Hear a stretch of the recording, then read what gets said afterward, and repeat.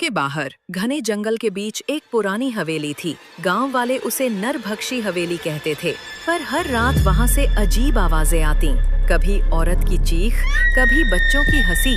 कहते हैं जो भी वहां गया वापस कभी नहीं लौटा। हर साल कुछ लोग गायब हो जाते और उनकी आखिरी निशानी वहीं तक मिलती। बच्चों, उस हवेली का नाम लेना भी अपशकुन है। वहां जो भी गया लौट कर नहीं आया। मेरे दादा कहते थे वहां भूत है। नहीं, वो राक्षस की हवेली है। ये सब अंधविश्वास है। भूत प्रेत जैसी कोई चीज नहीं। भैया मत जाओ उस ओर, मुझे बुरा सपना आएगा।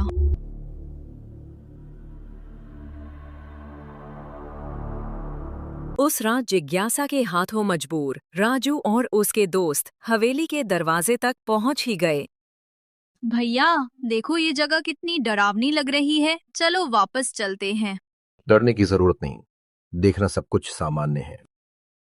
ये गेट अपने आप हिल क्यों रहा है?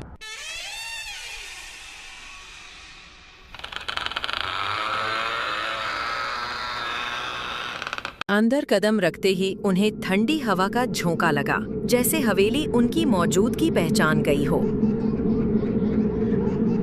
ये कैसी गंध है, जैसे कुछ सड़ गया हो।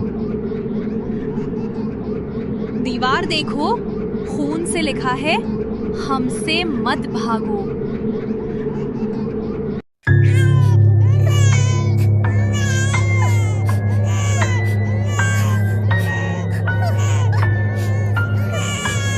राजू, वहां देखो, कोई है।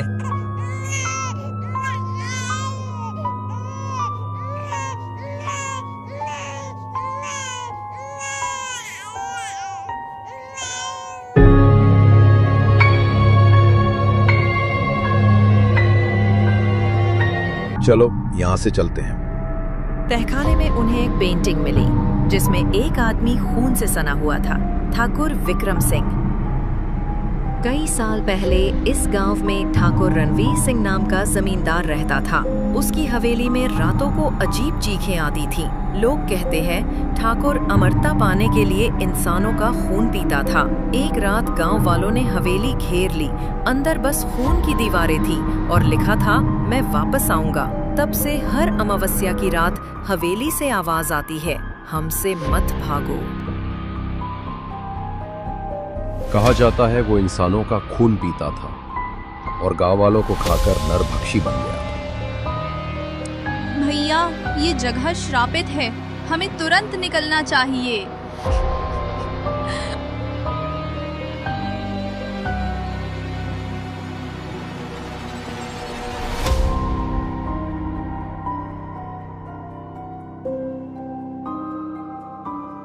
अब हवेली अपना असली रूप दिखा रही थी।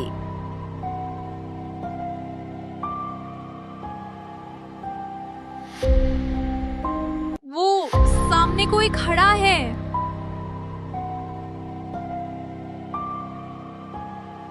भागो, ये इंसान नहीं है।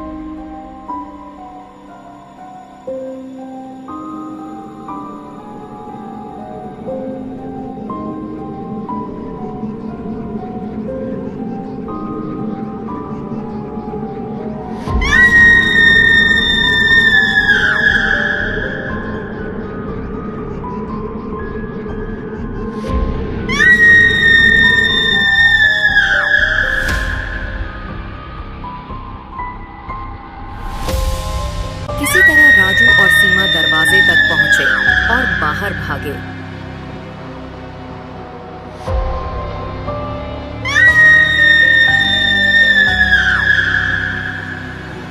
बाहर आते ही हवेली का दरवाजा अपने आप बंद हो जाता है।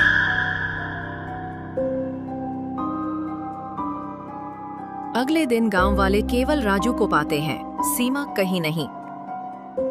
लेकिन रात को हवेली से आवाज आती है, भैया मुझे बाहर निकालो।